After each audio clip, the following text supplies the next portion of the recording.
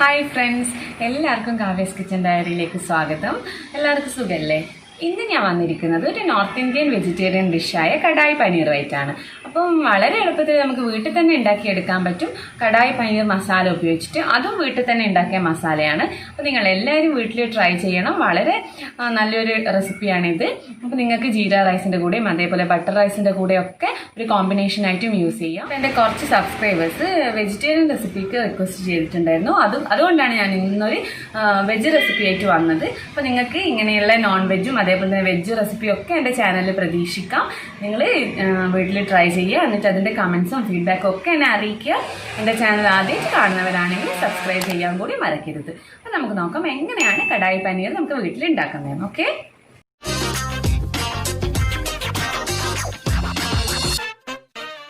അപ്പോൾ നമുക്ക് ആദ്യം തന്നെ കടായി പനീറിന് ആവശ്യമായിട്ടുള്ള കടായി മസാല തയ്യാറാക്കാം. അതിനായിട്ട് ഞാൻ ഇവിടെ ഒരു ചീനച്ചട്ടി വെച്ചിട്ടുണ്ട്. അതിലേക്ക് നന്നായിട്ട് ചൂടായതിനു ശേഷം 2 ടീസ്പൂൺ മല്ലി, 1 ടീസ്പൂൺ ജീരകം, 1/2 ടീസ്പൂൺ കുരുമുളക്, 3 വറ്റൽമുളക്, 1 കഷ്ണം പട്ട, 3 ഗ്രാമ്പു, ഇത്രയും സാധനങ്ങൾ ഞാൻ ഇതിലേക്ക് ഇട്ടിട്ട് നന്നായിട്ട് റോസ്റ്റ് ചെയ്തെടുക്കുകയാണ്. അതിനുശേഷം അത് പൊടിച്ചെടുക്കണം. ഓക്കെ,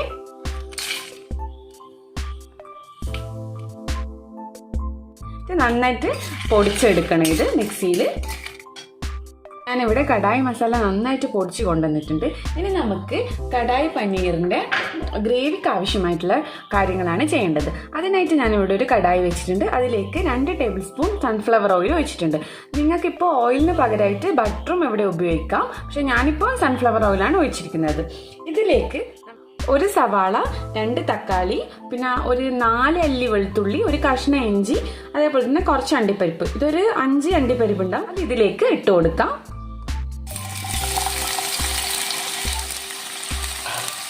നന്നായിട്ടൊന്ന് വഴറ്റി കൊടുക്കാം.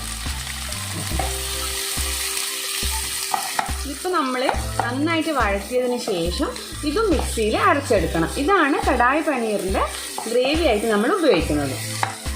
ഇത് സെയിം പ്രൊസീജിയർ ഞാൻ ബട്ടർ ചിക്കൻ്റെ റെസിപ്പിയിലും ഒക്കെ കാണിച്ചിട്ടുണ്ട്. പക്ഷെ ഇതിൽ മസാലപ്പൊടിയും കൂടി ചേർക്കും. ഈ കടായി പനീറിന് മസാലപ്പൊടികൾ ഈ സമയത്ത് ചേർക്കണ്ട. നന്നായിട്ട് വഴറ്റുക. ഉള്ളിയൊക്കെ നന്നായിട്ട് വാടി വന്നിട്ടുണ്ട്.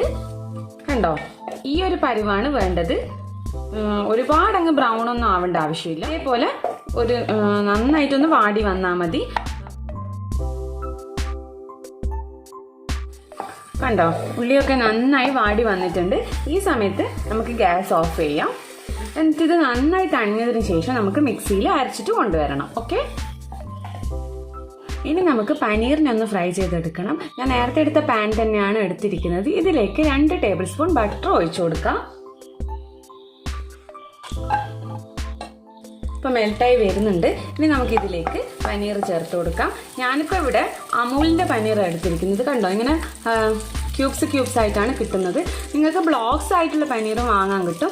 അത് കിട്ടിയിട്ടുണ്ടെങ്കിൽ നിങ്ങൾ ഇതേപോലെ മുറിച്ചാൽ മതി. നിങ്ങളെ താല്പര്യം അനുസരിച്ചിട്ട് എത്ര വണ്ണം വേണം അതിനനുസരിച്ചിട്ട് മുറിച്ചാൽ മതി. അപ്പം നമുക്കിത് പനീർ ഇതിലേക്ക് ഇട്ട് കൊടുക്കാം.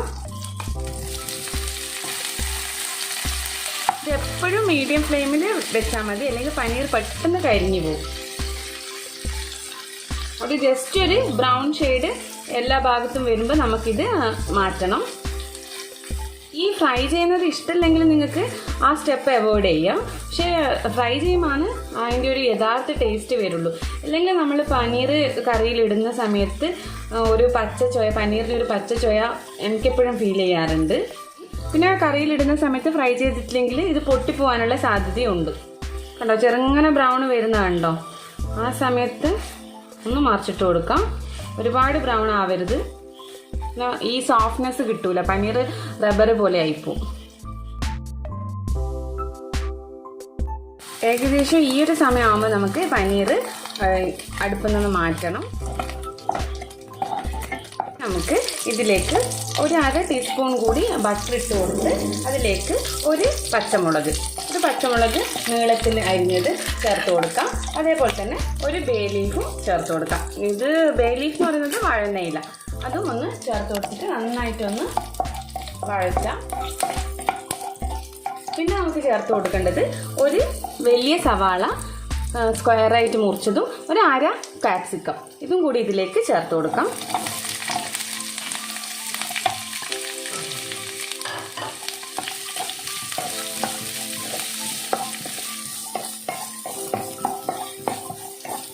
നന്നായിട്ടൊന്ന് വഴറ്റി കൊടുക്കുക. കുറച്ച് ഉപ്പും കൂടി ഇതിലേക്ക് ഇട്ട് കൊടുക്കാം. ഇനി നമുക്കിതിലേക്ക് അര ടീസ്പൂൺ മുളക് പൊടിയും അതേപോലെ തന്നെ അര ടീസ്പൂൺ മഞ്ഞൾ പൊടിയും ചേർത്ത് കൊടുക്കാം. ലോ ഫ്ലെയിമിൽ നന്നായിട്ടൊന്ന് മിക്സ് ചെയ്യാം. ലോ ഫ്ലെയിമിൽ വെക്കാൻ പ്രത്യേകം ശ്രദ്ധിക്കണേ. ഇനി ഇതിലേക്ക് നമ്മൾ നേരത്തെ അരച്ച് വെച്ചിരിക്കുന്ന ഉള്ളി തക്കാളി പേസ്റ്റ് ചേർത്ത് കൊടുക്കാം.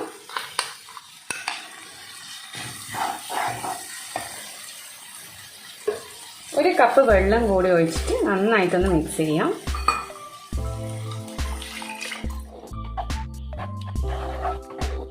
ഇനി ഇതിലേക്ക് നമ്മൾ നേരത്തെ പൊടിച്ച് വെച്ചിരിക്കുന്ന കടായി മസാലയും കൂടി ചേർത്ത് കൊടുക്കാം. ഒരു 1.5 ടേബിൾ സ്പൂൺ ചേർത്ത് കൊടുക്കാം.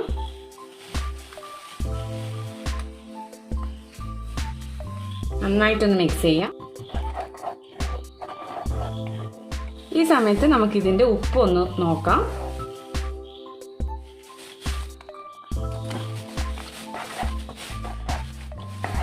ഇതിൻ്റെ കൺസിസ്റ്റൻസി ഒന്നിപ്പോൾ ശരിയാക്കണം.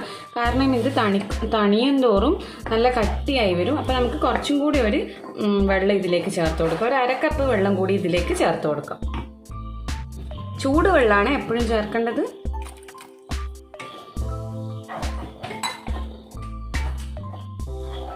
അപ്പോൾ ഇനി നമുക്ക് ഇതിലേക്ക് ഫ്രൈ ചെയ്ത് വെച്ച പനീറാണ് ഇട്ട് കൊടുക്കേണ്ടത്. അതിന് മുമ്പായിട്ട് നമുക്കിതൊന്ന് 5 മിനിറ്റ് മൂടി വെച്ച് വേവിക്കാം.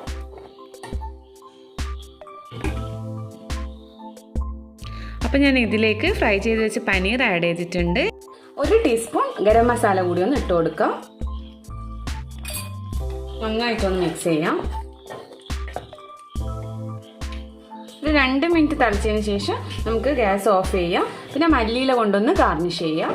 ഒരു സെർവിങ് ബൗളിലാക്കിയിട്ട് കാണിച്ചു തരാം. നമ്മളെ കടായി പനീർ ഇവിടെ റെഡി ആയിട്ടുണ്ട്. ഞാൻ മല്ലിയില കൊണ്ടൊന്ന് ഗാർണിഷും ചെയ്തിട്ടുണ്ട്. നിങ്ങൾക്ക് ഫ്രഷ് ക്രീം ഉണ്ടെങ്കിൽ ഒന്ന് ഇതിന് മേലെ ഗാർണിഷ് ചെയ്താൽ മതി. അപ്പോൾ വീഡിയോ ഇഷ്ടമായിട്ടുണ്ടെങ്കിൽ എല്ലാവരും വീട്ടിൽ ട്രൈ ചെയ്യുക. കമൻസും അതേപോലെ ഫീഡ്ബാക്കും എന്നെ അറിയിക്കുക. ഷെയർ ചെയ്യാനും ലൈക്ക് ചെയ്യാനും മറക്കരുത്. എൻ്റെ ചാനൽ ആദ്യമായിട്ട് കാണുന്നവരാണെങ്കിൽ സബ്സ്ക്രൈബ് കൂടി ചെയ്യണം. ഓക്കെ, അപ്പോൾ പുതിയ വീഡിയോ വീണ്ടും കാണാം. അതുവരേക്കും ബൈ ബൈ. Thank you.